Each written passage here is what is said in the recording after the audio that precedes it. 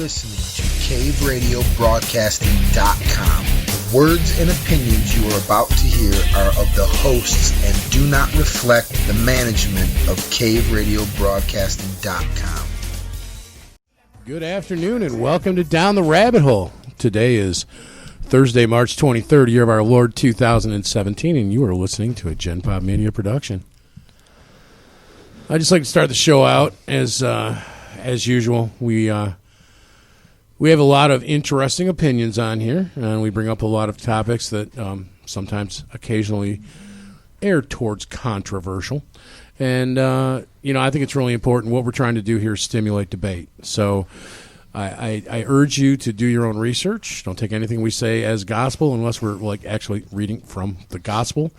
And we're just trying to get the conversation started. So we appreciate the listeners that contact us via YouTube, via Facebook, via email, however they choose to contact us to let us know when we say something stupid, which could be in 45 seconds. And we're just trying to keep it real here because there are no more secrets. There's only ignorance.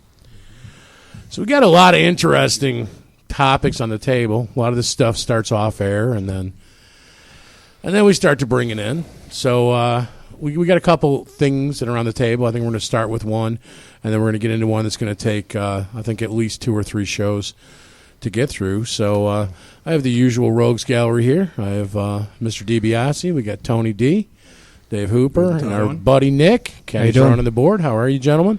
We're good. Fantastic. Yeah, it's an interesting day. Yeah, for you. Yeah. I'd also like to, I don't know if any of them are listening right now because they're tied up, but I'd like to send out condolences to my good friends in the Fox Siegel family. I've had the honor over the last few days of saying goodbye to someone I love dearly. She's been a second mother to me, and she passed away this afternoon. And thanks. So I was at the hospital, and then everybody's worried about me. Hey, you got to go do the show. But everything, it worked out that it was at a time where they didn't need me anymore, so I decided to come down here and get my mind off and hang out with you guys. So, Vicki Fox, you were one of the most incredible women I've ever known in my life. I'm a better man for knowing you. Having just gained another angel. Rest in peace, my love. Yeah, you'll be kicking it with her again. Hopefully not soon. Exactly. But if you do, it would be in September. Yeah, if I do, it will be. You realize now I will die in September. No, you're not. Stop it. Whatever year I die in, it will be September. It will be September. And Hooper will be laughing. Yeah, Hooper's about 50-50 on a 90% chance. So much for date setting. So I want to talk about Nick and Dave DiBiase both have awesome topics.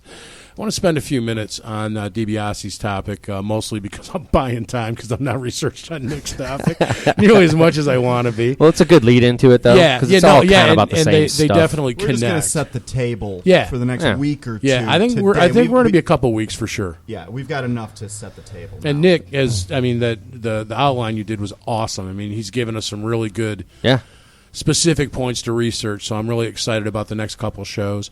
But Dave and I have been dealing with we've been going through some study classes at church, and they brought up a topic that's a little more up our alley.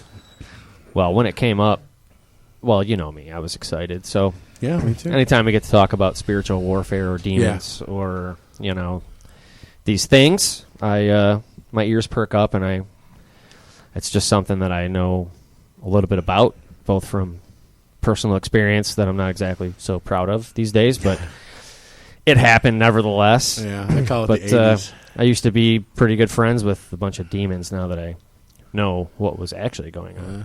I kind of was sort of conscripted and or volunteered. I don't know how it went down. It just was kind of strange. Well, I think it's kind of funny that you can't mention spiritual warfare in our circle without thinking of you. You're kind of our poster child for maybe good, I don't know, maybe bad. I don't know. So what do you mean? You said you knew them personally? Well, I mean, if we want to dig up some of this stuff, because I think it kind of, I don't know that it lends me credibility, but I definitely can speak on it because I was dabbling with the occult, devil worship, researching how to do seances, and thank God we ever was really serious, because if we would have succeeded at it, I don't really know now I know what would have happened as a result, but I'm well aware that this stuff is real. In fact, if given time, it could be demonstrated that what we don't see is actually more real than we are. Agreed. And that is, you get your head kind of wrapped around that. Everything else becomes pretty easy, because it's pretty weird for some people when you say something like that. I joke around all the time about the digital simulation, but I literally mean that. Right. No, I thought about that last time. So that actually makes some sense. It's frighteningly real. So anytime this stuff comes up, I guess the last couple of years I spent a lot of time studying it, because I wanted to really understand what it was that I was playing with back then. And come to find out, the conclusion of that is that it was demons. I mean, I was literally coming in contact with people that were successful at astral projection, out-of-body experience, as a result of some specific type seances that you had to do. And this stuff is very alluring. And what's the benefit of that? Why would somebody want to do that? It's power. Yeah. So think about it. If you is it make-believe power? Or is it no, it's real. It's real. It is. Our military is actually heavily invested in. Even one component of it is remote viewing. Well, that's like the mainstream term. So most people are familiar with remote viewing. If you say that, astral projection, out-of-body experience, that is remote viewing. Okay. It's pretty much the same thing, right? So the concept is that your spirit, right, can leave your body, and you can literally go anywhere on the planet and see what's going on at any given time, at any given location. And I believe with 100% certainty that these people were actually doing this. And I wanted to learn how to do it. What I didn't know at the time, however, is the power that you receive. I mean, it seems innocent enough. It does, and actually the only reason I didn't go the distance on that one is because I was always afraid I wouldn't make it back. And that is... That's what I was afraid of. Not that I was, Satan's lapdog. That didn't seem to scare me then, but I always kind of had this fear that if I actually accomplished this, how cool it would be, right? But what if I didn't make it back? Then, you're stuck, whatever. What happens if you don't make it back? I don't know. I guess if you don't make it back, then you're catatonic, which may have happened to some people that are catatonic. I don't know. But that's why I didn't really take it to that distance, because that part of it kind of scared me. Of course, worshiping Satan and taking part in seances and levitating people never frightened me. In fact, it always ended up giving you kind of this taste for more, because it's power, and that power is real, although it's demonic in nature.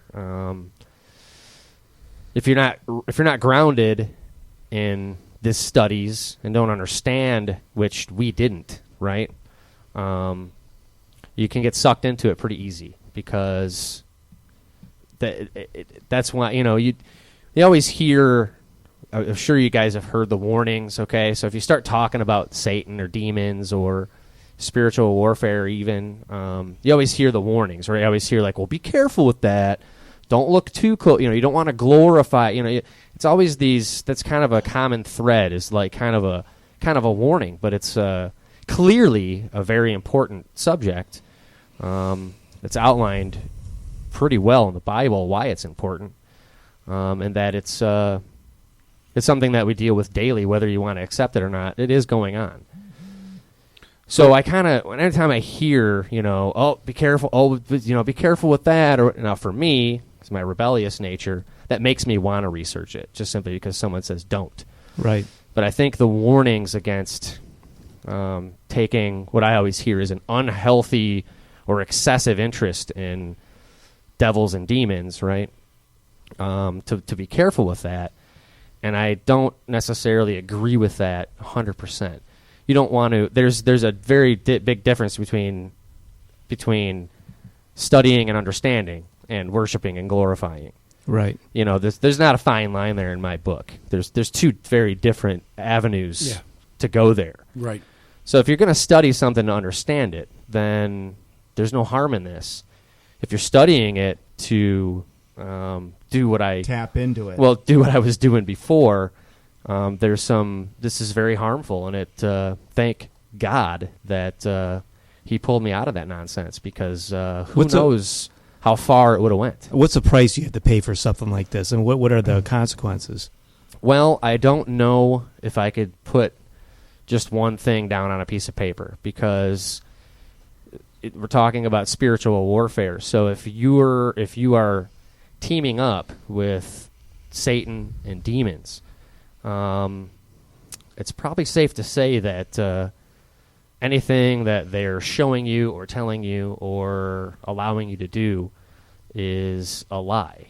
And it's not actually what you think it is. That makes perfect sense. It's gonna be a lot harder to be delivered from that once you are in tune with it. And if you don't fix it before you die, you got some issues. You definitely got some issues. It can actually have benefits in this physical life. And a lot of look, the ruling elite, the richest people in the world, are they practice these types of rituals, and they've got their own success and wealth as a great confirmation that they're on the right path. Well, there is power to be gained from that, but it's earthly power. It's power that it's temporary, right? It's only good here. Because you're gonna find it very hard to find a person who is doing it becomes a little cliche, but like the Ouija board thing, all right? It's too bad that became cliche, the Ouija board, because that's a serious tool right there. Have you guys ever seen, could be hoaxes, just something in me told me it wasn't, these people that, you can go on YouTube right now, where they were doing a Ouija board thing, and all of us, a bunch of 15-year-old girls were filming themselves, and all of a sudden one of them starts to have an attack. And unless these are all great actresses putting a hoax out there, there was something very frightening about it. And there's a few of those instances that are recorded on YouTube. Yeah, I mean, I don't doubt it. Either way, something like that, it could be acting, it could be real, because when we talk about, we get into some weird stuff on this show, the whole idea of multiple dimensions, portals, this kind of stuff. That Ouija board is a portal if used correctly, which, ironically enough, the correct use of it is actually incorrect. Don't do that. But what I was getting at before is you're going to find it it's almost impossible, I think, to run into an individual who practices this stuff, witchcraft, devil worship, seances, trying to summon demons on purpose. You're not going to find that same person professing their faith in Jesus Christ. Almost never. Probably. Almost. And if they did, then good. But I think as a general rule, they reject that because they're Satanists. They exclude each other. Well, that was me. I mean, I was there. So if you were to then... I never said God wasn't real. I just gave him a finger. And that's possibly more foolish than saying he's not real.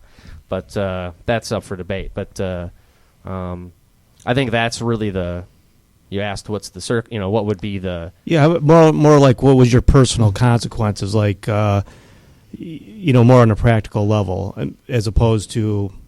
the consequences that God would give you. Like, what was the consequences of doing this? Was there any? Or was it like, hey, this is great, this is cool, I levitated somebody up and I did this? Well, you were it's saying, all great. You were saying a few minutes ago, that you'd be turned into a vegetable, basically. So what specifically how? But that was if he didn't get back to his body. During a remote viewing session, if your soul could. Yeah, that's what I was afraid of. So the question is, for someone that doesn't know anything about this, is how do you get to that point? How do you get to a remote viewing? Because That I pulled up, that movie, The that Flatliners. I don't want to outline for anyone ever. Okay. That's like what you see on MythBusters when they're making a homemade flamethrower and they're like, "Look, we're just not going to show you how to do this." And I honestly, I mean, was it a spiritual thing? Was it a? Yeah, it's absolutely spiritual. Yeah, In it's fact, spiritual. all of this is spiritual. And I do want to say something it's about highly that. dangerous. And that's one of the reasons I want to get back, if we can, after Dave's question. Just what were the consequences of doing Years this? of turmoil. That's what I wanted to know, Years because and this stuff years of usually doesn't come at a without a price. There was a price to pay. A price to pay, like in the moment. I think for years. Yeah, and that's what Looking I back, want to get back to, because I don't want someone to go home and say, "Oh, yeah, let's try to do this." and I 'cause will- It's cool. That's the one thing that when you're being recruited, okay, and I personally was recruited. I had a, I don't know, what are they, coven, den, I don't know, Whatever, a yeah. pack. A pack. I was actually being recruited by people I had known through the music industry that were practicing Satanists. And they were recruiting me. And the funny thing is now that I think back on it in retrospect, they promised me everything except peace. Right. And you won't have. It was all about power and all this other stuff, and they never, you talk to someone and well, why should I consider Christianity? Oh, joy, peace, fellowship. Yeah, truth. There is one thing to point out about what you just said is that and I think it's an important point to make, is being that, and I didn't go as deep into it as a lot of people I knew did. In fact, with some of these people, I don't even know if they're still alive today. I don't know what ever ended up happening to these folks. I don't know. But I will point out that, so here you have a human being, me, who's dabbling with this stuff, entertaining these things, reading the Satanic Bible. Really, it was devil worship. The fact that I was able to be pulled out of that and get to where I am today is a perfect example of why it's important to recognize the grace of God and his love for us and his forgiveness. Because really think about it. I mean, if you do that to a country, or you're guilty of treason, a lot of times Right. gets strung up. Right. Okay, so, but that didn't happen to me. Quite the opposite Oh, happened. you're welcome with open arms. Exactly. And so that's important to point out.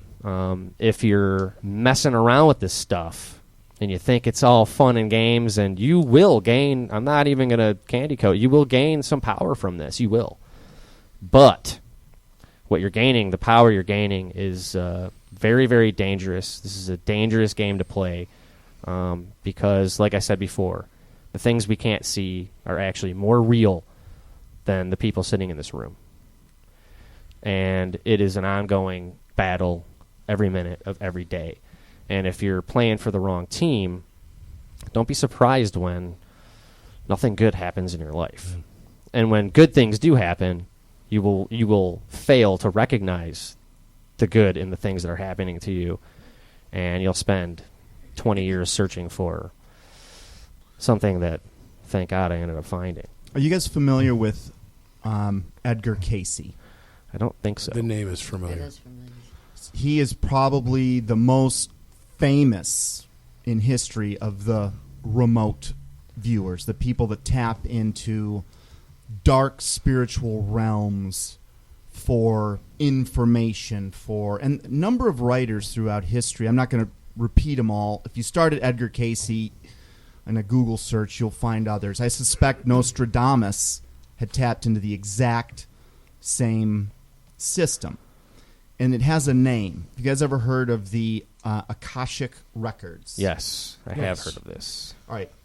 That is essentially, by people like Edgar Cayce and people that tap into this, they view this as essentially an encyclopedia that's available to all of us if we want to get there, that has unbelievable information, everything from history to health issues to how to remote view to And Edgar Cayce, what would happen with him, and he was famous, several books have been written about him. There's even a museum, I believe it's in Ohio. He, in his lifetime, gave over 14,000, essentially, he had 14,000 sessions. And a session would always pretty much look the same, and it'd be like this. He would close his eyes on a couch, and it's almost like he put himself in a self-induced hypnosis. And then someone who he was doing, let's call it a reading for, would ask a question. My grandmother is sick. We don't know what's wrong with her. Can you help? And he would literally ask things like, what's her address? And so then he explains later on that in his mind, he would go to the address of the grandmother. He would see her. He would instinctively know what is wrong and what's going on with her. He's not a doctor, but he actually was renowned in the medical field for some of his unbelievable cures, treatments, whatever you want to call it. He'd come, during the session, he's talking, and he'd say, "Oh, your grandmother has, pancreatic lesions or something, no one had thought of." Case after case after case, these people would go check it out, and it would be real. So there is, in a sense, there's power. Oh, there's power in this. that. Now, the Akashic Records, this is a counterfeit, because remember, everything that is written about in the Bible, just about that I have found, there's so much, it's hard to put your finger on it. There's Satan and his kingdom have a counterfeit. The counterfeit of the Akashic Records would be the Book of Life, which, yes, has the names of those that will be saved, and if you're not in the book, and it's like God's encyclopedia, but it's the devil's version of it. And if you're involved in anything where you're accessing, quote-unquote, the Akashic Records to actually use them as opposed to study them, that for me would be a big red flag, and I would absolutely avoid it, because I think a guy like Edgar Cayce was probably inhabited by lots of demons at the end of the day, and it's hard to be delivered from that because they will have you convinced that you're on the right track. But Edgar Cayce is probably the most famous example in modern times. He predicted things that would happen, not because I think they can see the future, but dark forces have some idea of things that will happen. This is weird because I looked him up. I've never heard of him. And this article is 7 predictions yet to come. And one of them is, it says, is a new root race evolving? But it says the Edgar Cayce information suggests that humanity's consciousness has evolved and expanded over time. Cayce stated that this expansion of consciousness could be viewed throughout the Bible, from Genesis to Revelation. From the reading's perspective, the next great evolution would be tied to the development of what Cayce termed the 5th root race, an evolutionary occurrence that would mark a new age and a new understanding of humanity's relationship to God. Yeah, this is what he would call the ABs, the advanced beings. Now, these are really demons, but anyone that's a channeler, a new age philosopher, these advanced beings present themselves as typically from another star system. Another name for them might be the Ascended Masters, which Many Masters, Many Lives, whose book was that the dentist that tapped into? I frankly think that he was duped with very credible. He's sitting here healing people that he's never met, that he's literally can go, there's, like Dave said, there's power in this, but you're using dark, and you're using forces of darkness, and I think you are playing with fire. Yeah, and what better way to gain credibility than to start quoting Scripture? Well, and you know what Scripture comes to my mind, Dave, based on what you just said, is the one that I think makes most Christians nervous. It's, Lord, Lord, we prophesied in your name, we healed people. It says we healed people, right? We performed miracles. God says, away from me. He never says, no, you didn't. right? Good point. So Well, actually, that they actually did. In fact, in the early ministry, there was 3 main things that they were doing. They were preaching about Jesus, they were healing the sick, and they were casting out demons. right. And this is an ongoing thread throughout that. So they understood it. Now Well, demons wouldn't cast out demons because that goes back to the house divided. no, demons wouldn't cast out demons, but the early men. In fact, casting out a demon was the first thing Jesus did that made him famous. Right. It wasn't healing somebody. It wasn't anything like that. The first thing he did was cast out a demon, and that is what put his name on the map in Galilee. That's in the book of Mark. Right. And what's that? Legion. No, Is that- no. no. The first. Yeah, it wasn't act the of- Legion guy. It was just his first miracle. It was, and what's interesting about it. In fact, it's Mark 1. Yeah, it's early on 21. in Mark. You can, if you just start reading Mark. It's the first chapter. It's the first thing he does. So, and it's actually happens to be in a synagogue during service while he's teaching. Yeah. So Jesus goes into the synagogue, right, and he starts teaching, and the people can't. The word used is amazed, which is overused. So now the definition of amazed is actually diluted in our minds. But when you're amazed, everything's amazing now, right? Oh, Everything's amazing. Oh, it was amazing. And Everything's it's awesome, amazing. too. Oh yeah. And it's awesome, and I overuse awesome also. But the people were amazed at his teaching because he taught with authority, and here he is in the synagogue, and he's not one of the ruling teachers there. He's not a high priest. He's not any of not these a things. Pharisee. He's not Yeah, a Pharisee. He's not, And even today, the way rabbis teach is they say, Rabbi so-and-so said, they name the person who taught them, and Jesus was saying, I say, Right. truly, truly, I tell you. and they were amazed. Yeah, and that so there was a man in the synagogue who, and what's really, really captivating about this, and it's not something that should be glossed over, is that, so here you had a man worshiping in a synagogue who was demonized. Possessed by a demon. Yeah. Well, I would say he's demonized. Okay. I don't really like the Yeah, word possessed. possession, It's yeah, I kind get of it's kind of a off translation. I prefer demonized because it makes more sense. And this guy was normal until Jesus opened his mouth, and then this demon came out, and the guy yelled at him, called him by name. The demon knew who he was already. Yeah. This is an important point because how is it that this guy didn't know who? Certainly didn't know him as Jesus of Nazareth, and that's the way he's referred to by this demon. And Jesus cast the demon out. This was so groundbreaking that it caused him to become news of him spread throughout Galilee. So now everyone in Galilee knew who Jesus of Nazareth was simply because of this casting out a demon. Because there's plenty of examples in the Old Testament of demonized or demon possession, as it's worded. But not until Jesus showed up did anyone have authority over these impure spirits. Jesus Christ certainly did, though. I just want to read I looked up that word amazing in the Strongs. So the original Greek work would say marvelous, describing an awe-evoking sight, moving the beholder to their deepest emotions. Yeah, so it's not just something it's not like, oh wow, that was cool. Yeah, we're not talking about No, this that was a was cool trick, chocolate no. sundae. This was rocking these people to the core, Right. right? Well, it says right here, moving the beholder to their deepest emotions. Yeah. So I mean, I don't know that's- how much more amazed you Well, can think of the word get. awe. I mean, just the word Exactly. awe. Right. Is like, So and this is kind of glossed over. I mean, I don't really hear it taught that way. That the first real recorded act that made him famous was casting out a demon. Then he went on to heal a sick person. And, you brought up healing. They were. And I think we still can. I can't believe turning water into wine didn't spread like crazy.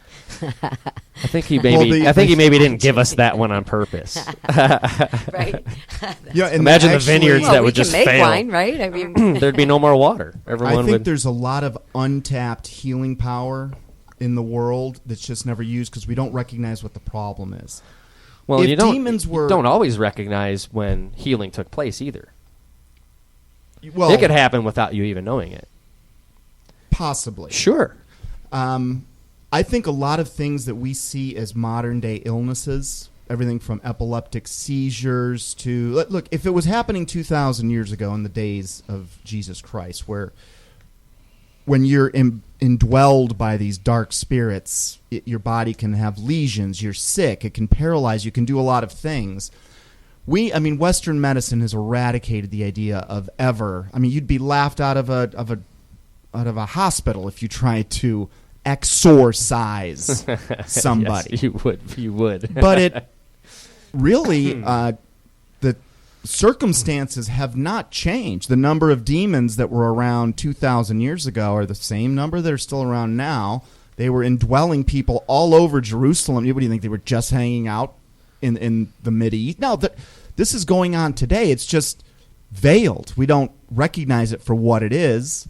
Right. And because we don't, we then start throwing Western medicine, which is run by the same evil synagogue of Satan / Illuminati power, that actually whatever medicine we take typically causes another problem somewhere else. Yeah, in the Bible, I think a good word that's used to warn against that kind of thing is sorcery.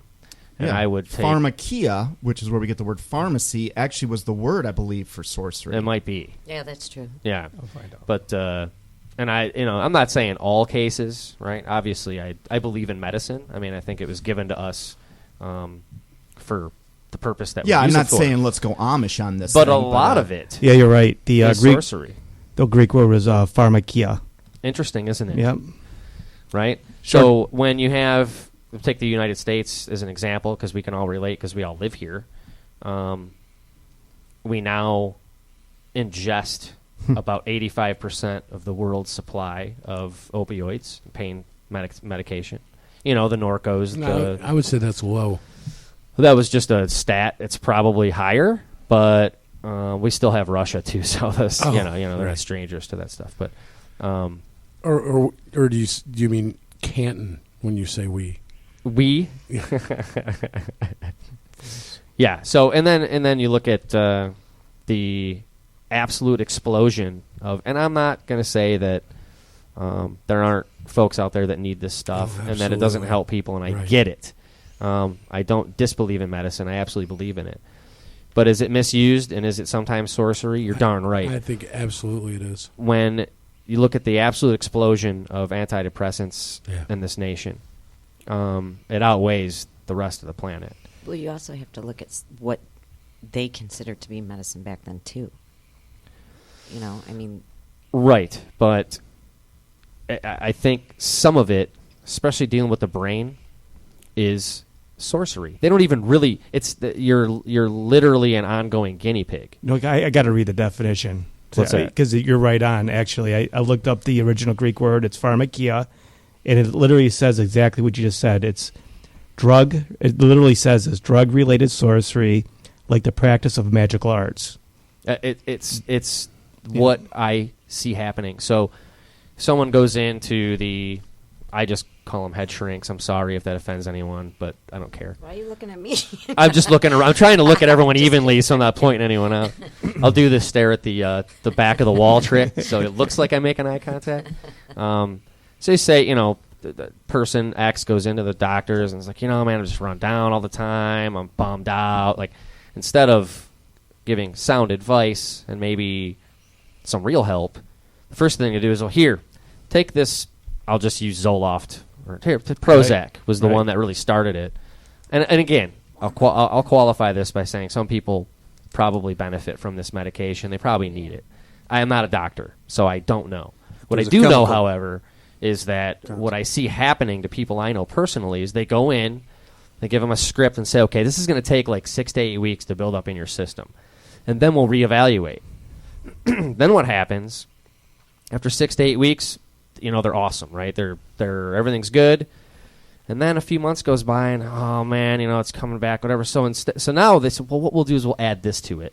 Mm-hmm. So now you take this and this, never take it away, and give it 6 or 8 weeks, and then we'll see where you're at. And then you come back in, and before you know it, you're a freaking zombie, right? And you're a shell of a human being, and it literally, I think, goes to great lengths to kind of fog up the windows, so you don't really see what's outside of the car and you're just kind of driving down the road blind.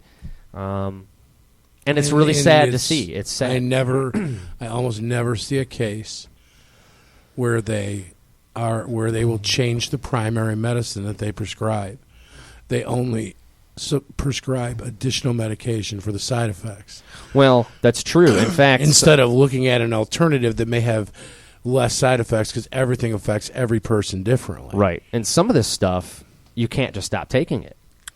Well, you'll short circuit. Right. You could have seizures. You could literally die. Yeah. So and Zoloft is one of them. Any of those, and anti-anxiety medicines, which I know a little bit about. Same thing. You can't just stop cold turkey. I mean, you can, but better buckle up.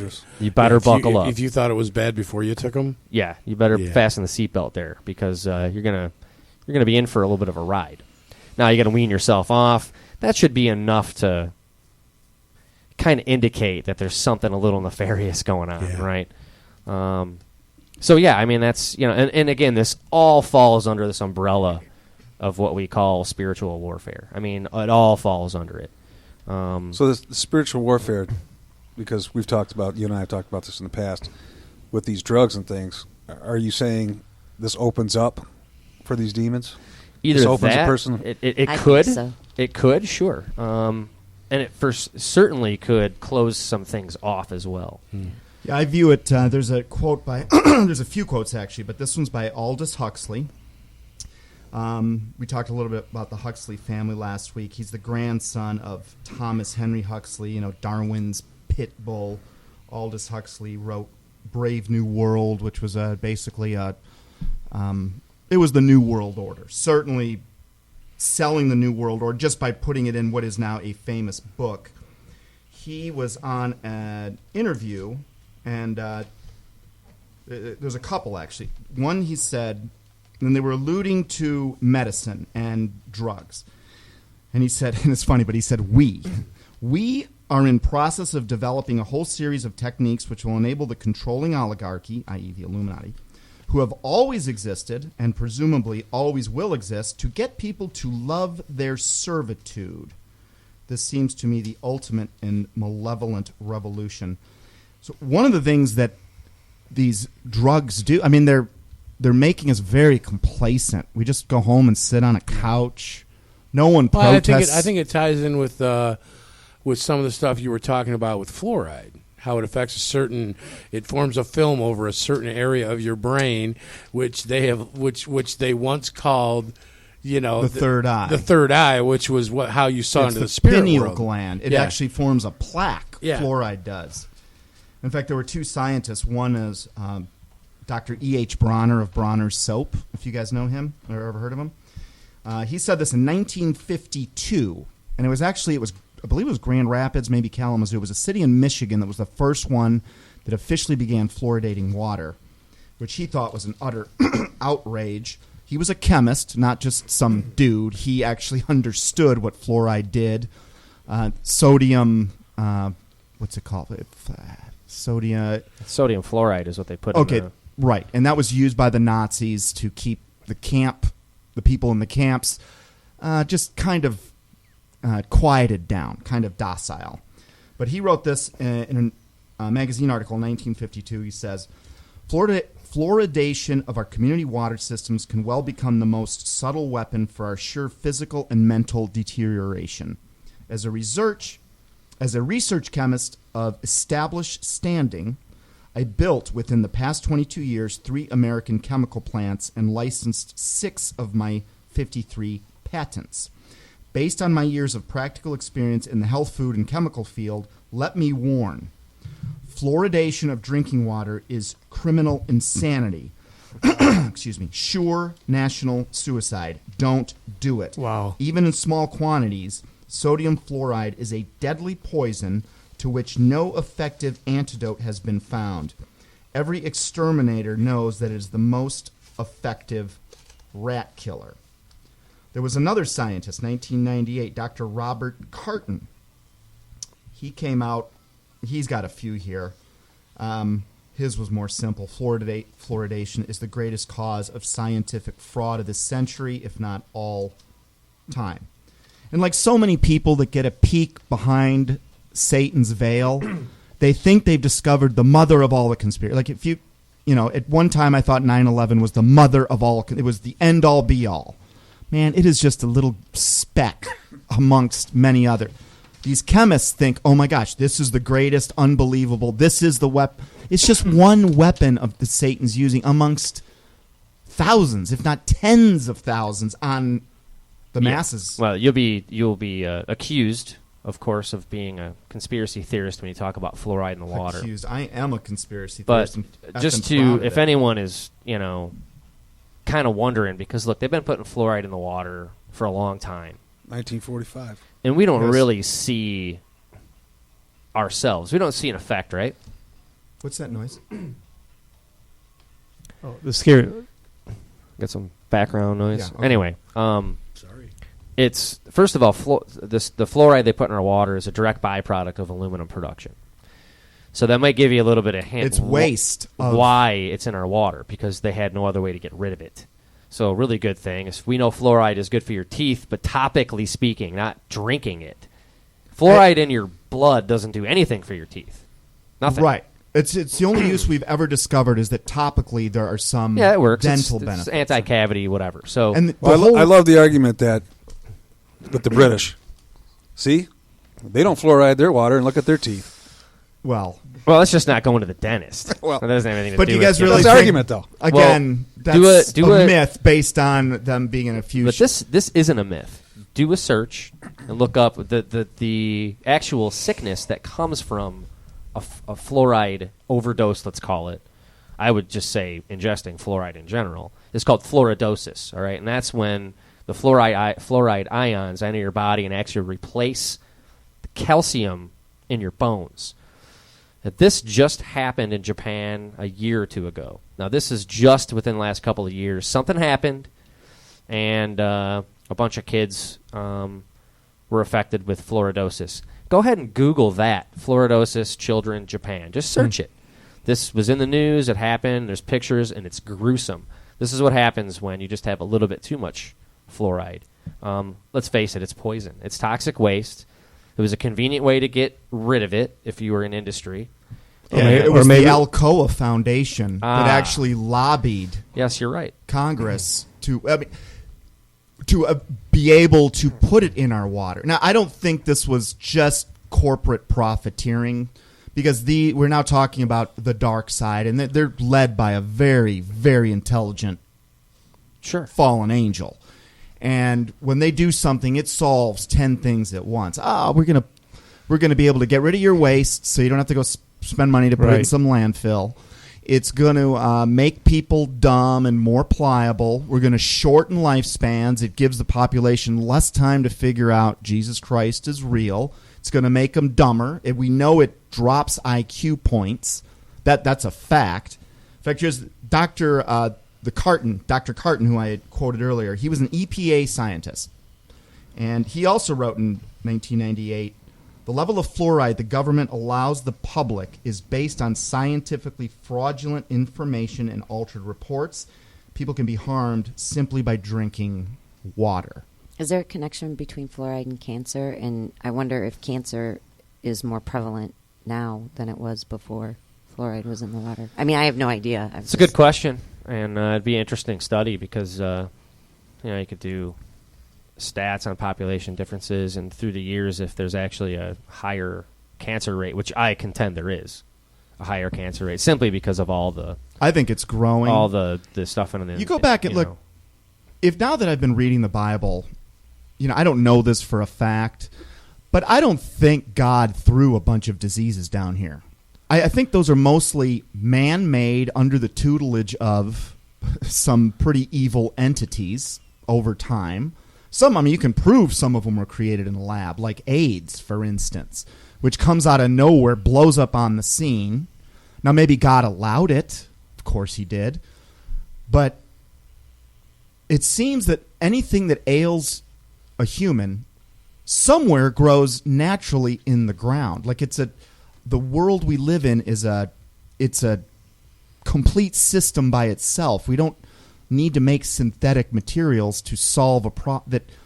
I think it's the old Hegelian, create a problem, solve it. Create a problem, solve it. It's the order out of chaos theory method going back a long time. But there are, when it comes to cancer, and it's interesting because Edward G. Griffin, the one that wrote the book called Jekyll Island about the Federal Reserve. Now, here's a guy that absolutely figured out we're up against evil demonic forces. He did another documentary which had nothing to do with the financial setup of this country. And it was one on cancer. And apparently when this distinction is important, whether you are alkaline or what's the opposite of that? Alkaloid alkaline, the opposite is acidic. Okay. Yeah. Right. And cancer can be cured naturally by leveling your alkaline versus your acidic. I don't understand all pH, of it, but right, it's your pH level. balance. But I'll bet you there's something in there. pH balance, yeah. Because once you see behind the veil once, and you see, oh my God, everything is a manufactured deception. The true answers are actually, they're unpopular, they're hidden. You're going to be labeled conspiracy or wacko or tinfoil hat wear if you talk about it. I mean, that's what I used to do. My old girlfriend in Chicago, she was all over Eastern medicine, like much more spiritual. And I'm like, dude, take a pill. I mean, we've quote unquote advanced. Let's take advantage of the advancements. And I used to make fun of her. And I want to reach out to her and go, oh my gosh, you were right. Or you were so much closer to the truth, because Eastern medicine is a lot closer to what I would say, quote unquote, biblical medicine. It's certainly not this synthetic manufacturing of, there's one component in there that'll fix a problem, but there's 25 other components in there that are going to F you up in the long run. And we see everything from autism to cancer to Alzheimer's disease. These things are going through the roof. Yeah. I mean, think about it. If you somehow discovered the miracle silver bullet for cancer, and just humor me for a minute, you'd get Tesla'd. You'd get assassinated. Yeah, they'd take your research, they'd kill you, shut you up. You'd never.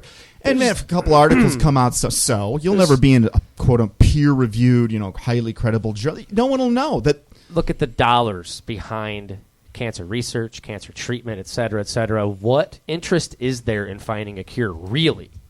I mean, really? Of course, trying to find a cure, fighting for a cure, all this stuff. But, I mean, if you look at the amount, it's the same thing. Why would you, not want to, these guys always want to go to war. Let's, beef up the military. It's because it's money. It's huge money. And if they cured it, if it was literally as easy, look, man, just eat this plant. What's funny is actually, now that you say eat this plant, there's apricot seeds. I don't know if you've heard about apricot seeds. I've heard apples. But there's a claim on apricot seeds that it starts with an L. What's it called? No, they're apricot seeds. No, but there's a name for Laetril. There's actually arsenic. Apple seeds have it too. Laetril was popular in the 70s. Okay, yeah, I didn't hear about that. But I read the back of the package once, and the claim is there was a native people who never had cancer, and that's what they say on their package, and there's arsenic in the seed, and it only gets released when a cancer cell digests it. Oh, really? So it would only. Now I'm just telling you what the package read. So I would contend that I can't prove this, obviously, but there is a cure on this earth. Oh, I believe that. We just I think for everything. Yeah, for everything. Why do the elite always live to be 100 years old? I mean, they never die. David 101. Rockefeller's why does a total SOB just like died. Fidel Castro make it to almost 100? What is Keith Richards doing? And what is? Because I don't know, but when he's embalmed. Tell you what, man, he's been embalmed for 20 years. If we can somehow David Rockefeller smoke died his 2 days ago. Here's breaking news, guys. What happened? David Hooper didn't know. David Rockefeller died a couple days ago. Still dead. 101 years old.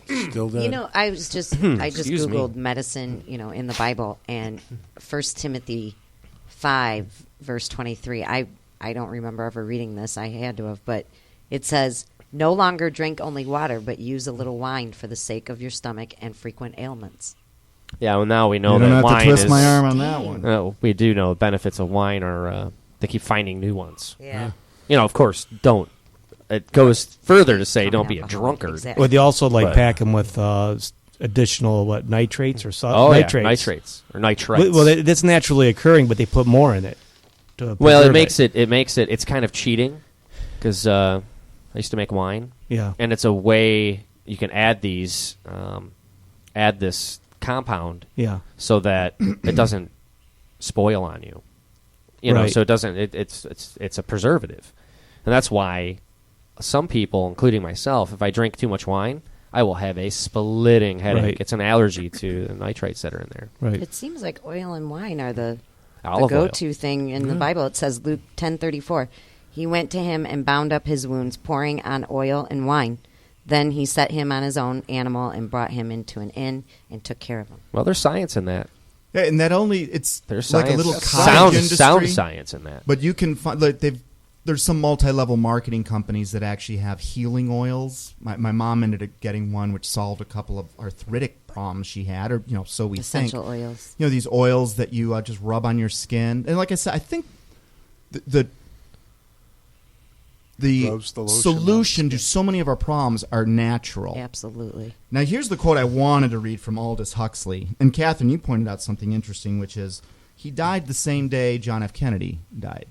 I don't know if that means anything. Probably not, but... Was he in that car, too? That lone bullet get him? He was Turned on, another corner. he was on the grassy knoll. Wow, Yeah, it actually exactly. turned like 6 corners. he wrote in 1961. He said, this is similar to what he said earlier, but this one actually delineates the pharmacy aspect.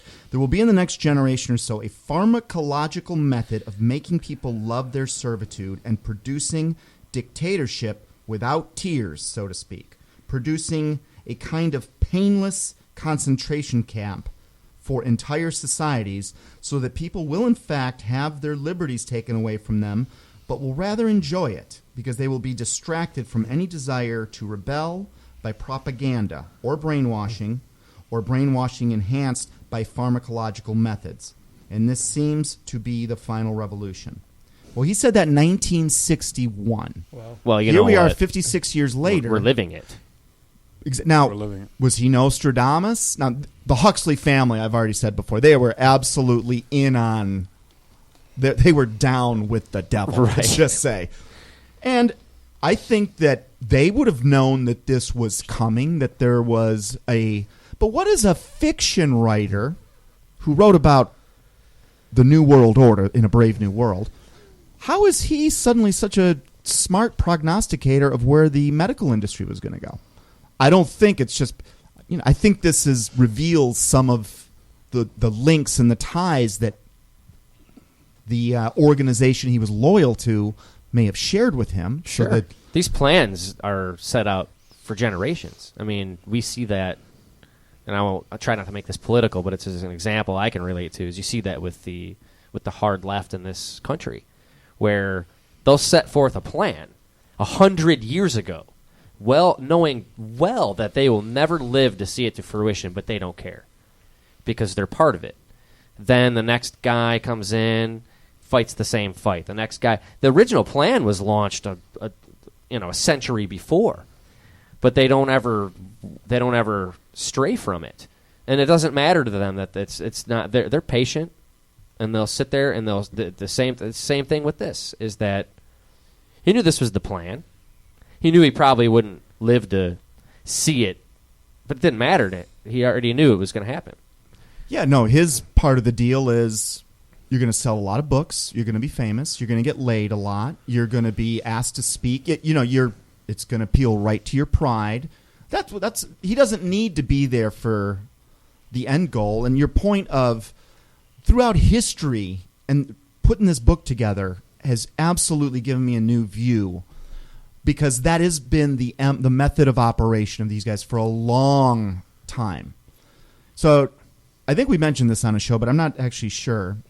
Now we have a theory that the Cold War was known about at least as early as 1871, when Albert Pike's letter to Giuseppe Mazzini, 2 33rd degree Freemasons, one in Italy, one in the United States, got intercepted when the delivery guy was struck by lightning.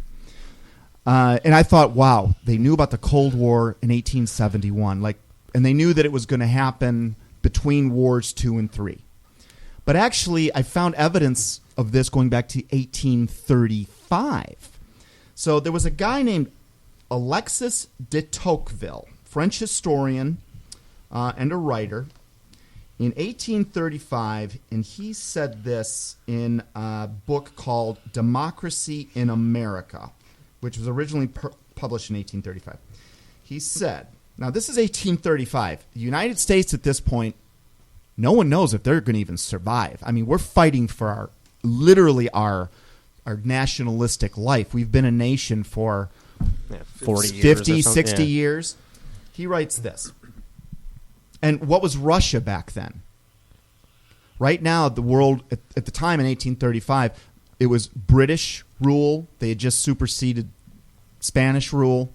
And the British colony system was all over the world. I mean, it'd be hard to see this changing.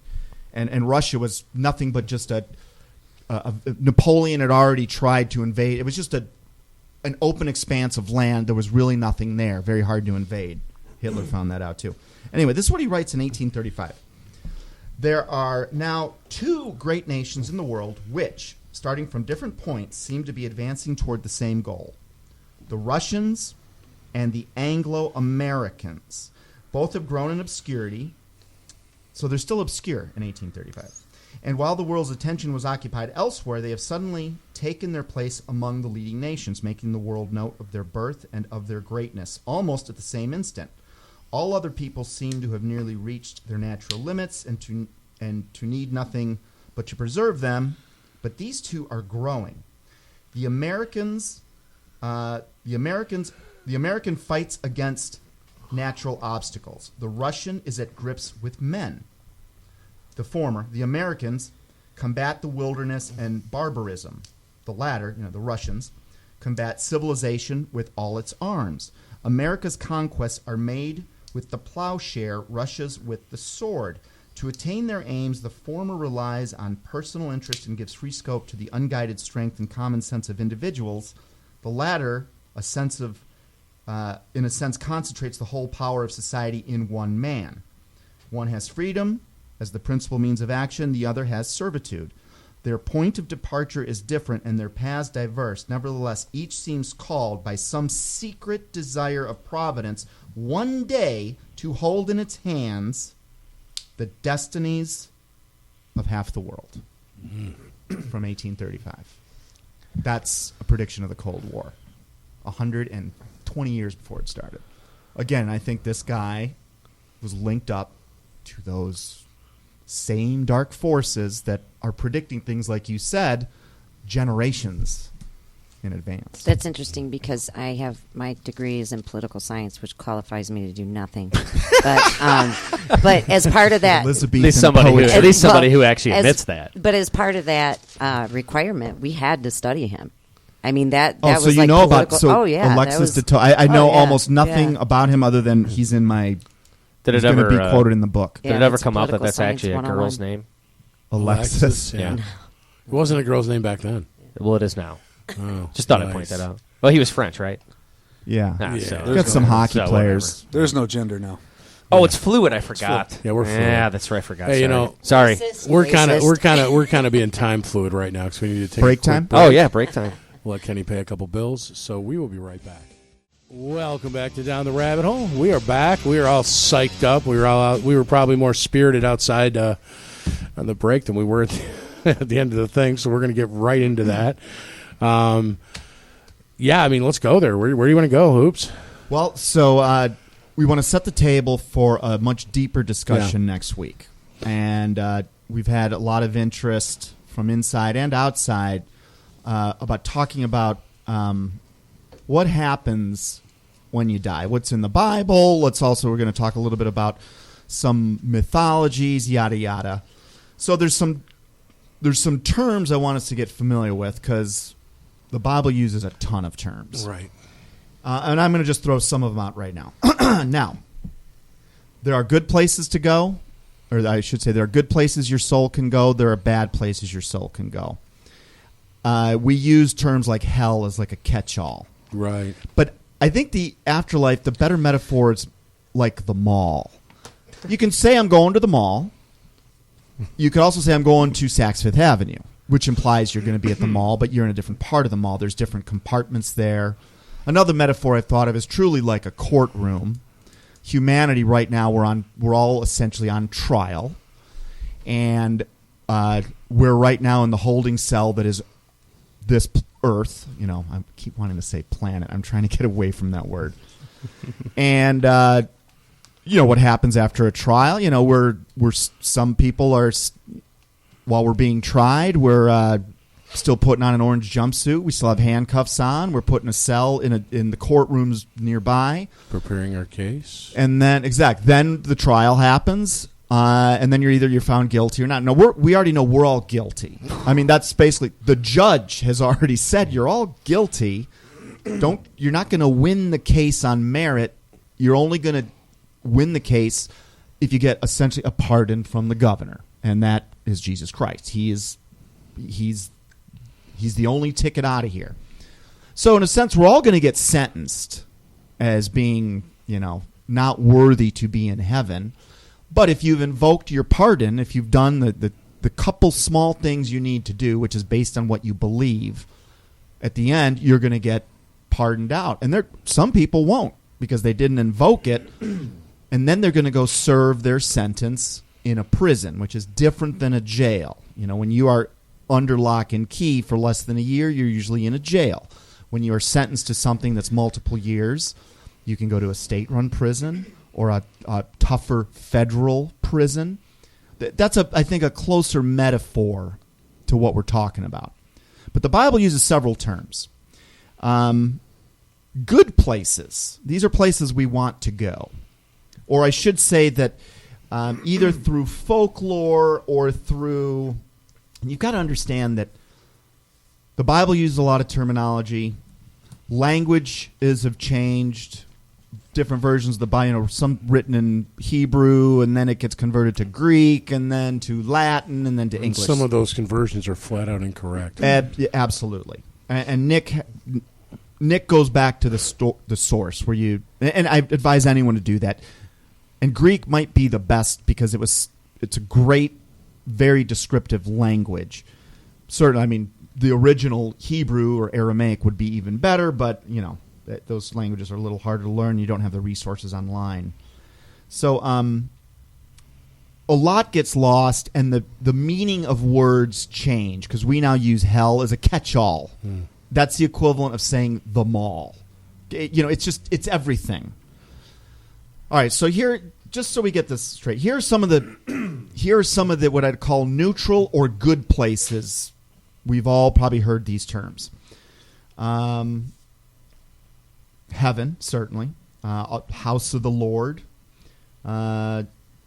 You will eternal life, not as a status, but as a place. Abraham's bosom. The Catholic Church did a lot with purgatory, which I think is their way of exaggerating Abraham's bosom / Hades. We'll get in that in a minute. Another term used is limbo. And by the way, this was the Matrix reference I wanted to tell you. Remember in one of the Matrix movies where Neo is stuck in that train station? He can't get out. He can't go anywhere. Like he was in limbo. Yeah, it was that crazy guy's castle creation, wasn't it? The guy with the long French hair. guy. And, yeah. Was it his creation? There was he the creepy guy that was like, he was like the demon of it, or you know, the guardian of it. He said he made a statement that I made this place. Well, because everything in the Matrix seems to have a biblical reference, and it's funny, but the name of that train station was Mobile Avenue, and mobile is an anagram of limbo. I mean, he was in limbo. He couldn't go anywhere until he had to do something special. Limbo is also, now this is more Catholic doctrine, is considered the edge, of hell, whatever that means, similar to purgatory. And this is where people who died before Jesus Christ came on the scene might be. Some claim that in the 3 days after his crucifixion, Christ freed these people. We already talked about the Matrix, but there's biblical backing for this. This was in 1 Peter 3:19, if someone wants to pull that up. But Jesus is described as going to preach to the spirits in prison. Okay, spirits in prison. This is 119? 1 Peter 3:19, 1 Peter 3:19. And a lot of people believe that he actually went into, the mall, into one of the compartments of the afterlife to give all the people that had died a chance, that had died before he came on the scene, a chance to... I don't know if I believe that, or I don't fully understand it. I'm just repeating some of the things that are doctrine in some churches. There was a medieval drama. It sometimes portrayed Jesus as leading a dramatic assault, the harrowing of hell during the 3 days between the crucifixion and the resurrection. In this assault, Jesus freed the souls of the people that were trapped there and escorted them triumphantly into heaven. That's a little bit. So I got 1 Peter 3:19 here. I'm going to read a couple more verses so it goes on. It's after being made alive, he went and made proclamation to the imprisoned spirits, to those who were disobedient long ago when God waited patiently in the days of Noah while the ark was being built. In it, only a few people, 8 in all, were saved through water. This water symbolizes the baptism that now saves you, not the removal of dirt from the body, but the pledge of a clear conscience towards God. It saves you by the resurrection of Jesus Christ, who has gone into heaven and is at God's right hand, with angels, authorities, and powers in submission to him. Yeah, okay. And that was 3:19 through 22. So if you're thinking of this in terms of a courtroom, and there, take a look at how many legal books are on any law firm's shelf. I mean, there are a lot of different exceptions. You can get stays of execution, you can get pardons. There's a variety of outcomes, and I think the same is true. It's not so simple where you're either going to A, hell, or B, heaven. But I'm not going to draw any conclusions yet. We're just setting the table for a discussion next week. Couple other places mentioned. Great White Throne. That would essentially be like the judge's stand. That is apparently we're all going to be before this Great White Throne, and somehow, I don't know how they're going to do this with billions of people, but there's going to be a judgment, and the lake of fire follows the Great White Throne. Not sure.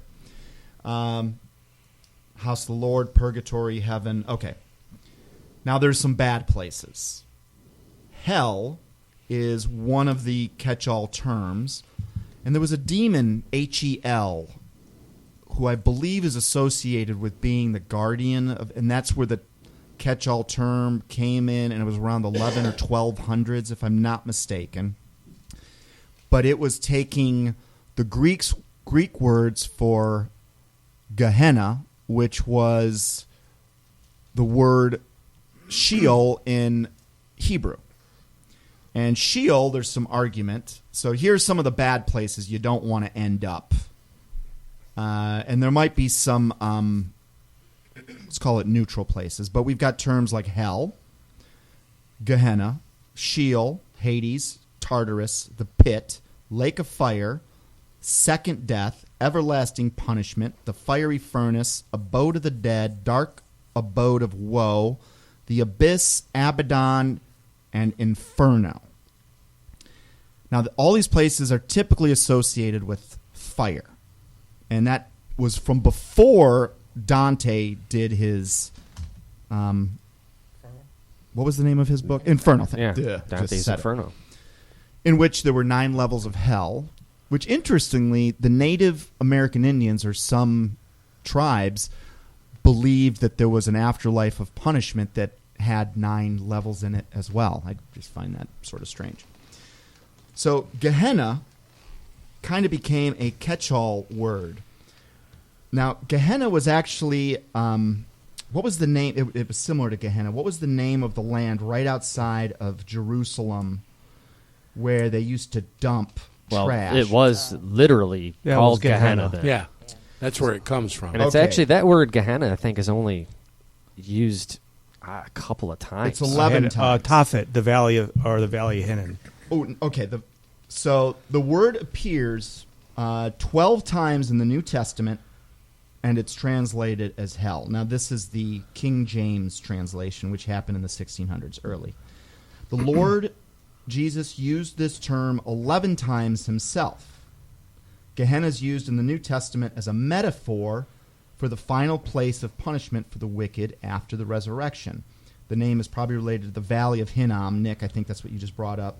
Yeah. During the reign of Ahaz. Yeah, what happened when it's during that time, I can't remember the name of the evil king. Well, they were sacrificing. Yeah, Moloch. They were sacrificing the children to Moloch, and they were burning them. And God didn't like this, and I forgot who the Jewish Ahaz. Another Jewish Joshua, was it Joshua? One of the patriarchs. Yeah, one of the patriarchs. So he went in and he filled this up with bones.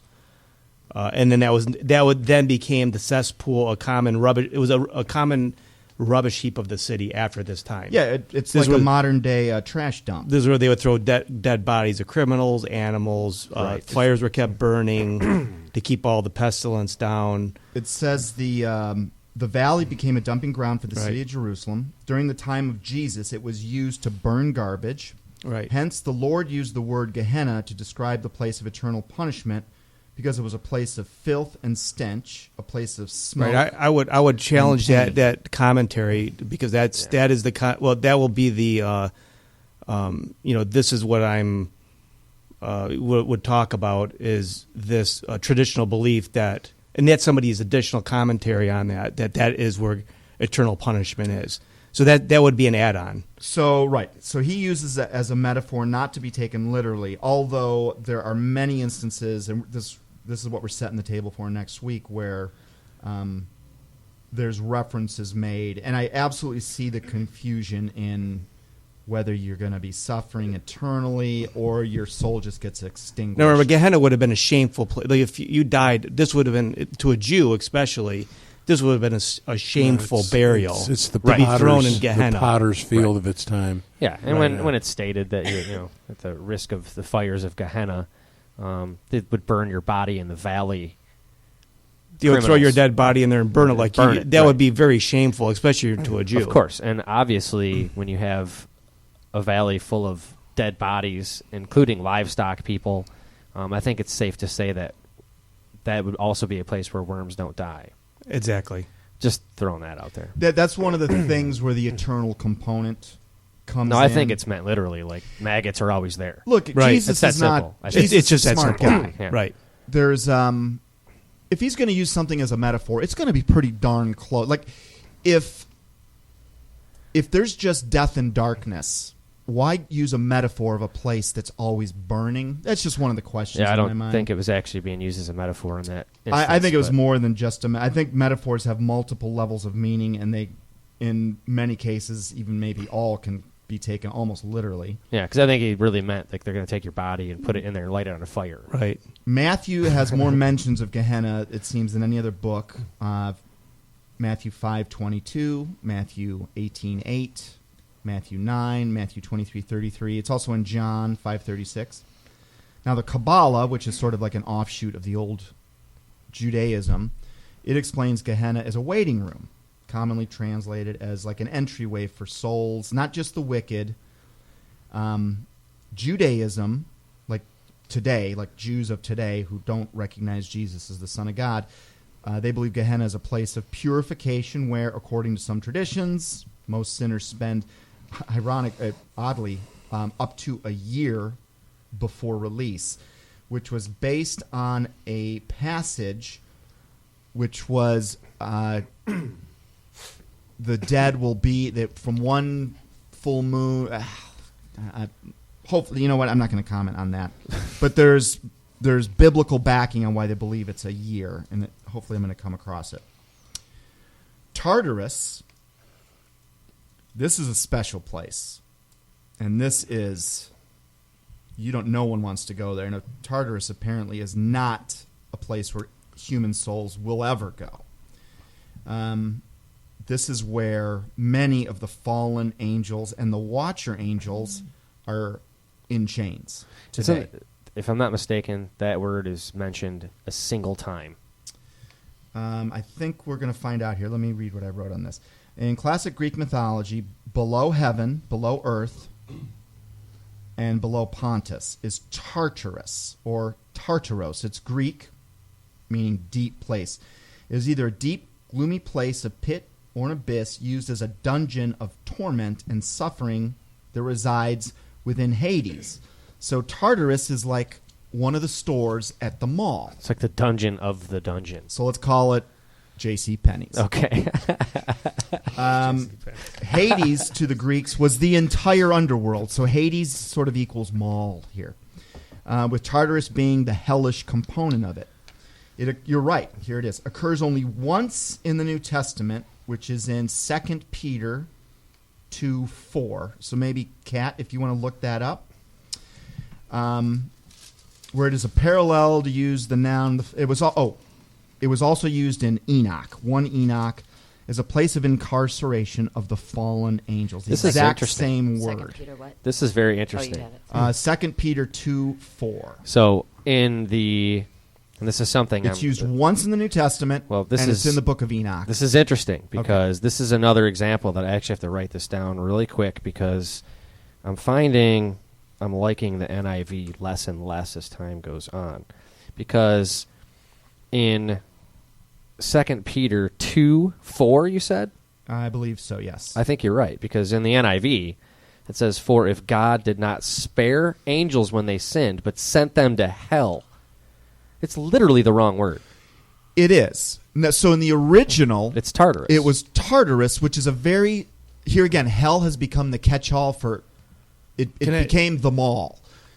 Like sending them to the mall. Actually, can I actually talk about the actual word hell just for a moment? Sure. Because it's an interesting word, and just to give you a little history on that word, this is an Old English word, okay? And this Old English word literally meant grave. So just to get a literal, and I would suggest looking that up for yourself, but that word hell actually replaced the word Hades, which is, I believe, Greek, and that word literally meant just grave. So, like, if you want to go back to literal meanings, of course, I would go further than this. You think, you're saying Hades meant grave or Sheol meant grave? Hades meant grave. Okay. Sheol meant grave. Because Sheol would have been the Hebrew word, Hades would have been the Greek word. Right, that's so true. Sheol meant grave, Hades meant grave. Hell is an interesting word. We actually get the word helmet from this. Really? In Old English, they would have held the roof, which meant thatched a roof. They would have stored their potatoes in a place called hell. Yeah, the cellar. The tailor used to throw his scraps in hell. So this word would I think I had a summer job at this place once. Yeah, but- so this word originally and I'm not trying to say one way or the other. I'm just saying that word originally meant a grave. Yeah. It would, and if we did not change the meaning of this word, this word has become, the concept has been implanted in us, I believe, of what this concept is. But that's not the literal meaning of the word. Well, so just obviously, because he points out that it's a catch-all word, right? Right. And for clarification, Kat just pulled up the King James version of 2 Peter verse 4. Yeah, let's hear that. Well, it's the same thing, but what they did is the King James translation just used hell instead of Tartarus. Tartarus is actually out of the Septuagint. Yeah, They just used hell So this- instead yeah, of, and This one here but says it's not hell. the same word. This one here says hell comes from the it's Greek not the same word. Tartaru. It's Tartarus. Yeah, that's right. Yeah. That's right. They just I'm sorry, go translated ahead. it as hell. This is a different translation. It says hell comes from the Greek Tartaru, and it means a place of restraint. Yeah, I don't know. God did not spare the angels, but he cast them down to a place of restraint. Yeah, hell is not a well, it's funny. Hell is not a Greek word. So really, all the other creative words they have, hellfire, the pit. These would be the basic words right here. Like there's no other ones. Everything else is going to be an add-on. So you can go and see that for yourself. That they've put hell in places that Hades would be in, or Tartarus was the lowest hell, the place where the Titans who were defeated by Zeus were restrained.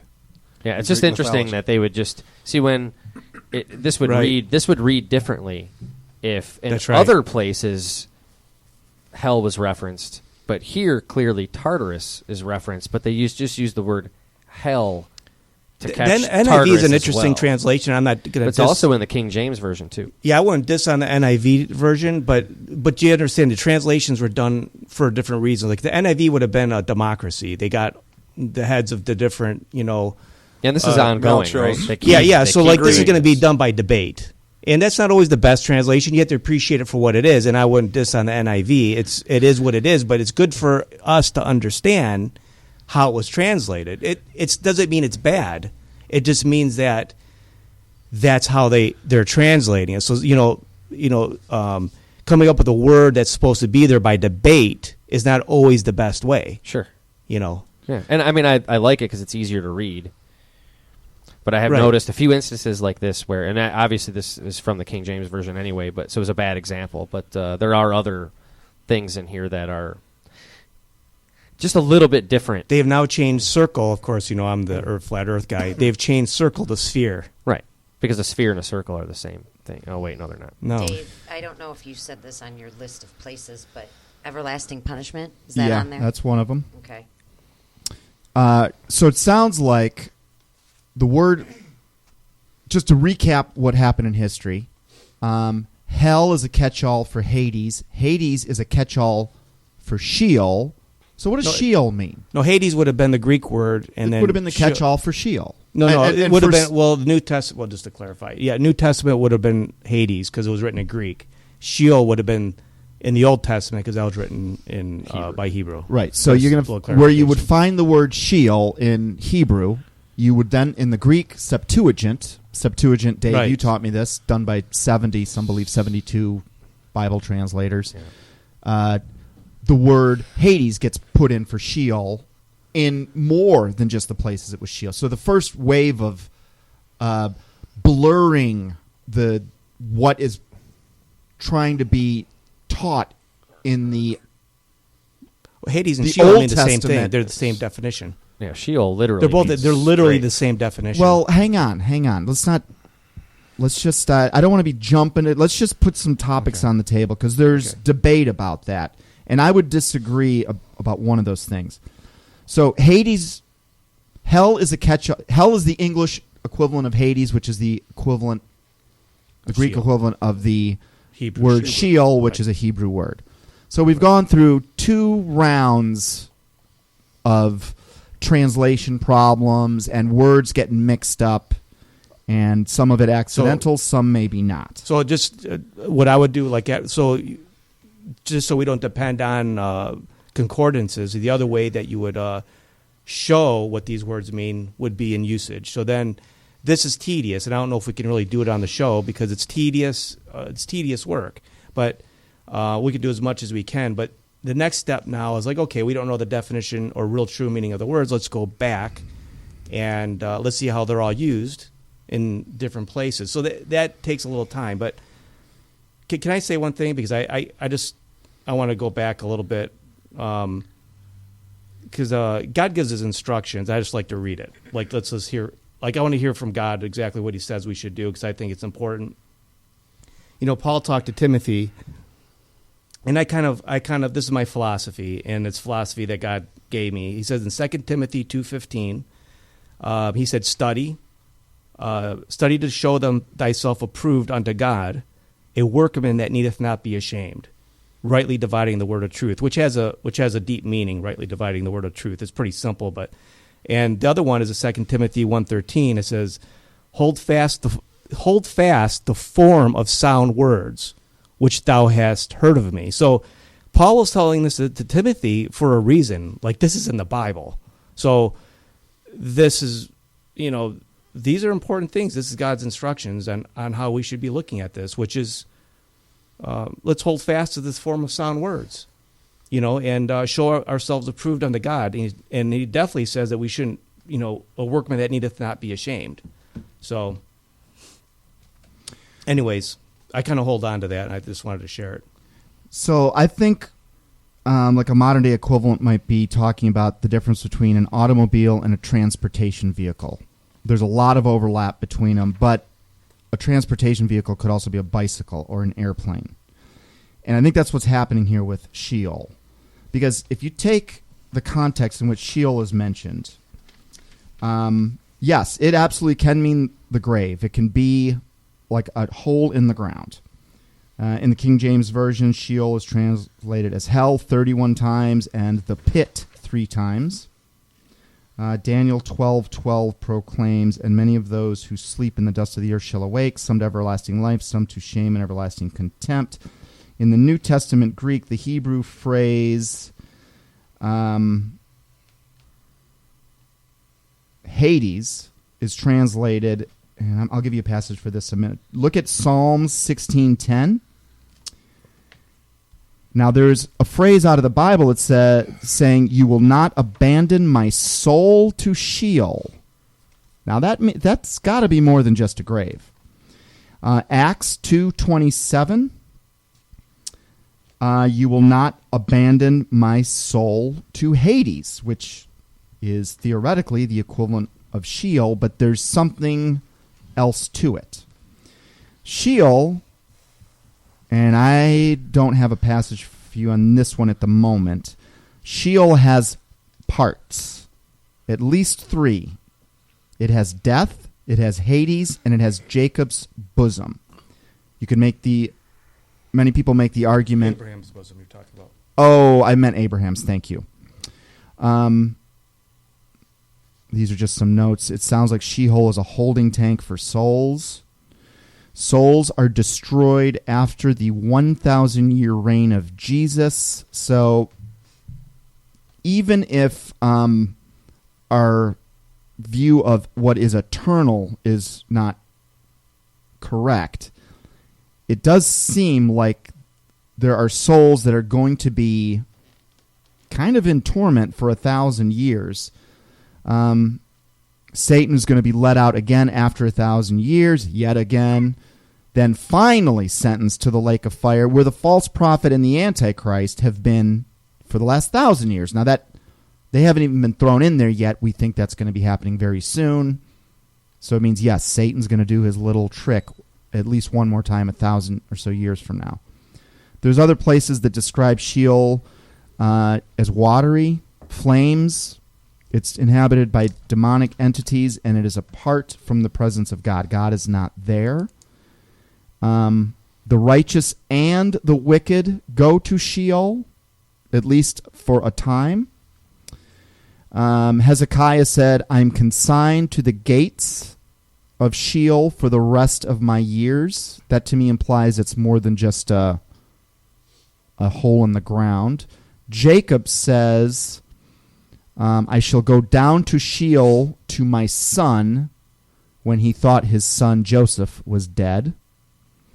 It is both a grave and a place where you have consciousness, apparently.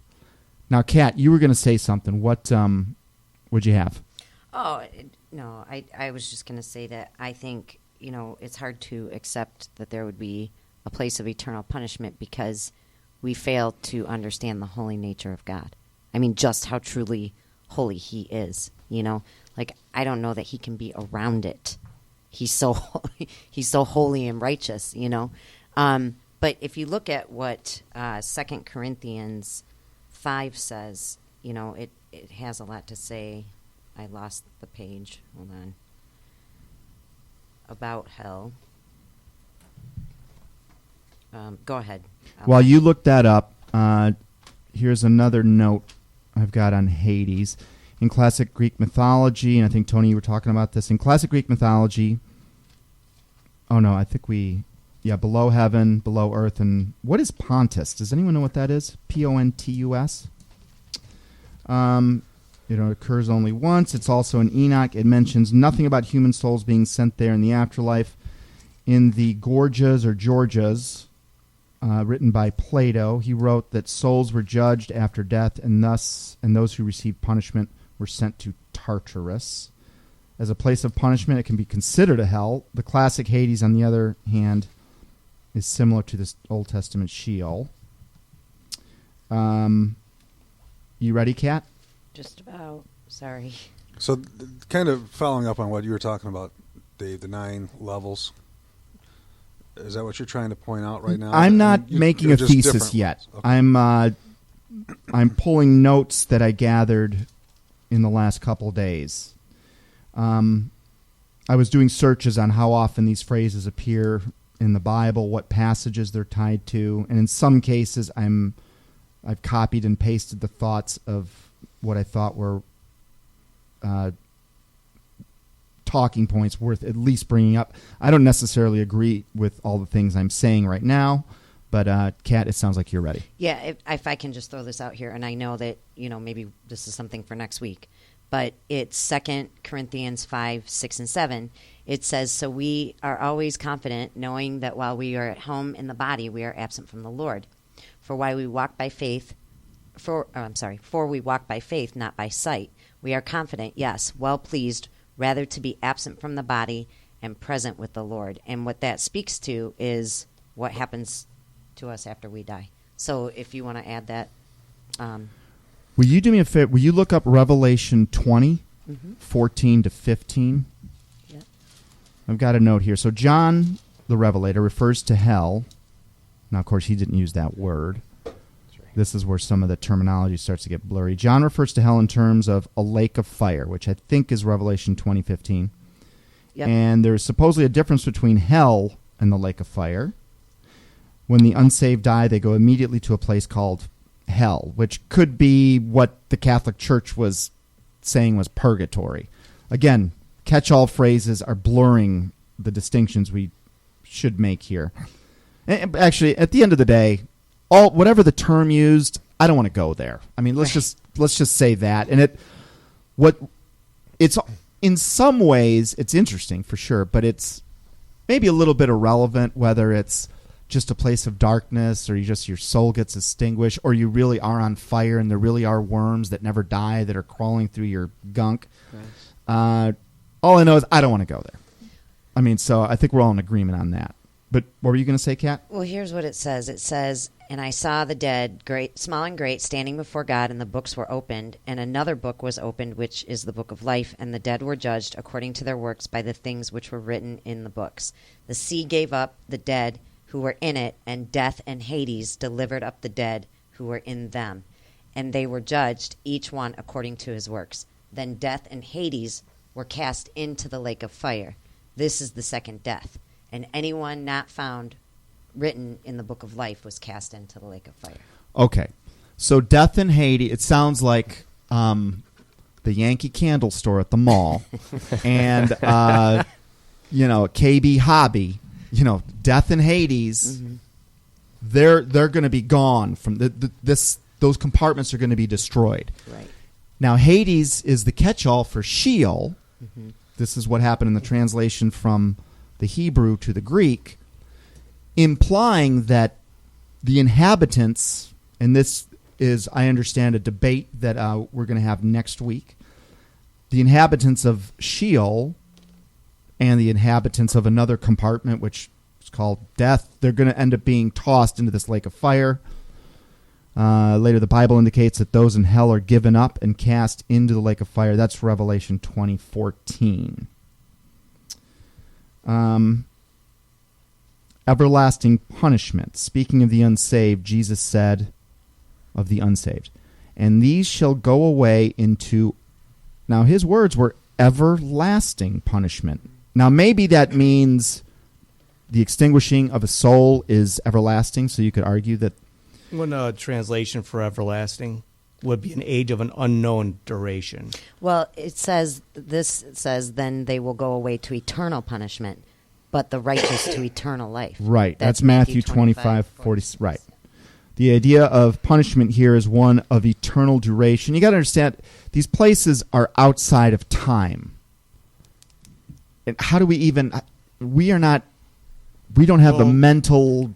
Not equipped to. We're not equipped to deal with even it. understand what that means. Let's define eternal. I would debate that we're not equipped to understand. I mean, God wants us to understand, and I guess that's what my stance is going to be. Is not so much on this particular subject, but what I really wanted to if there's one thing I want to learn through this, if it's possible, is that we can understand.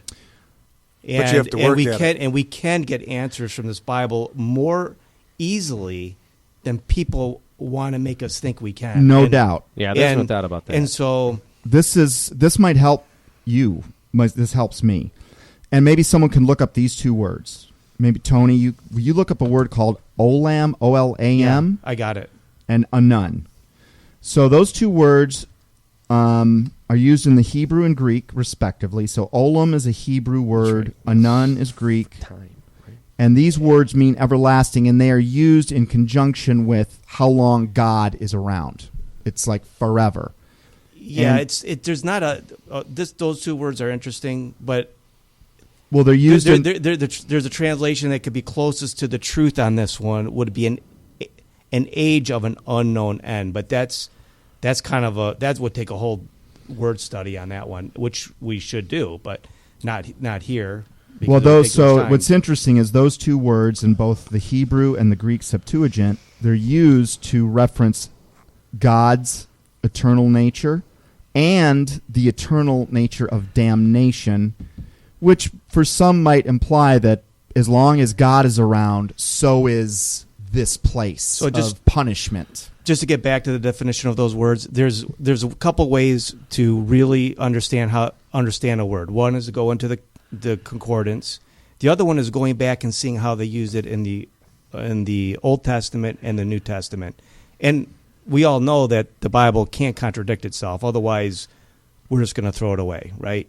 So it doesn't contradict itself. So we have to find out what these words mean and why. So there's ways of actually understanding those two words in usage in the Bible to get the closest possible meaning that we possibly can, so we understand. Because I think we need to understand. Can I say something to that, Yeah. Nick? Have you ever been reading the Bible and you come across something? I mean, come on, I think everybody does. I do all the time, where you read it and go, I'm not even sure what that means, right? Then Just you hear last somebody night, explain it, Right. And you're like, oh, man, how come I didn't get that? Right. I believe that this explains it all. John 16:12, it says, I still have many things to say to you, but you cannot bear them now. Yeah. It says, however, when he, the Spirit of truth, has come, he will guide you into all truth. Now, I think that's a process. And I think all of us are different. And I think that God in different reveals spots. some things Yeah, I agree. to others at certain times, and he's not going to ever fully reveal everything. Look, I until get we that. Get there. I get that, and I agree with you mostly on that. But don't throw the baby out with the bathwater. I mean, we've been given brains, okay, and we've been given a book. So we've been, and I believe the Holy Spirit does work in you. But that doesn't mean you don't go out of your way to try to understand. Well, and I personally think there's strength in numbers. That when you put many minds to the same task, if you believe everybody's heart and intention are pure, that you can arrive at a consensus opinion that is much stronger than what you can come up with on your own. Oh, I've changed my opinions as a result So do of I. that. Absolutely. Oh, So a lot often. But the key thing you said there is being of pure heart, because there's forces out there that are trying to confuse you, trying to deceive you. I'm talking small groups. The original Christian churches were in homes. They were small groups. That's how the religion was meant to be spread. Is you start a small group, and then each person in that small group goes out and starts another small group. I'm going to leave you with this. Yeah, we got about 2 minutes. 2 minutes to wrap 4 it minutes? up. All right. So Now, my personal belief as of today, and this could change without a doubt, my personal belief is that there is a place that is literally freaking horrible, where there are bugs crawling around you, there are snakes, oversized insects. There is fire. There are people hanging on meat hooks. It's so horrible. It's almost unimaginable. Las Vegas. Yeah, that sounds like. Yeah. So, several times Jesus says that we've talked about in the show. There are going to be many false prophets, and in the end days, more people than ever are going to be having visions, and they're going to be seeing things. Which implies that all throughout history, this is probably happening. But he's saying it's going to be happening more at the end. He's not saying don't believe them. He's not saying they're wrong. He's saying be careful which ones you listen and pay attention to. So then you track back through history, because we think that the last thing that the powers of heaven had to say was written in the book of Revelation, but maybe not. You can start with Tertullian, who was Roman. He actually had a vision of hell, which would have been he lived from 160 to 225 AD. I'm not going to go into what the visions are, but okay, so there's that one. That's a couple hundred years after Christ. Moving on down the list, there was a guy named Thurkill, 1206, English guy, given a tour of, what he labeled as purgatory, but that just was the terminology he had because he was of the Vatican's influence. He called it a place that had all these torture chambers. He was widely believed that was 1206.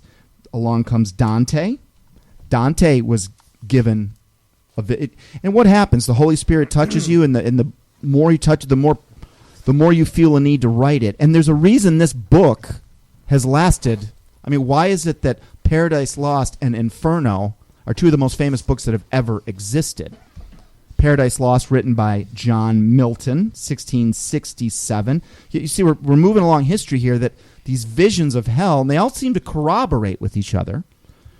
And I'll tell you why I believe they're legitimate in a second. John Milton, at the beginning of his book, says, I was touched by something, I saw some things, I'm going to put it into this story. We then get up to modern day, where guys like Bill Weiss, 23 Minutes in Hell, you guys familiar with him? Mary Baxter. There are people from all continents, languages, that are being given these visions of hell, and they all seem to agree with each other. Now, the thing for me that gives it legitimacy, and this could be hoaxed, but when an 8-year-old girl from Japan and another one from South Korea claim to have been given tours of hell, and then all of a sudden have an unbelievable artistic ability to put those images on canvas before they've ever been exposed to a Bible through atheist parents, it matches what Jesus was saying metaphorically, and it matches what all these other figures of history had to say almost to a T. Something to think about. We're going to pick this up next week and really get into the discussion. We'll have more research. Howard, why don't you wrap us up here? Yep, and remind everyone why we do this and what your ticket out of here is. There's only one way out, and that's through Jesus Christ. We will be back next week and further the discussion. Take care.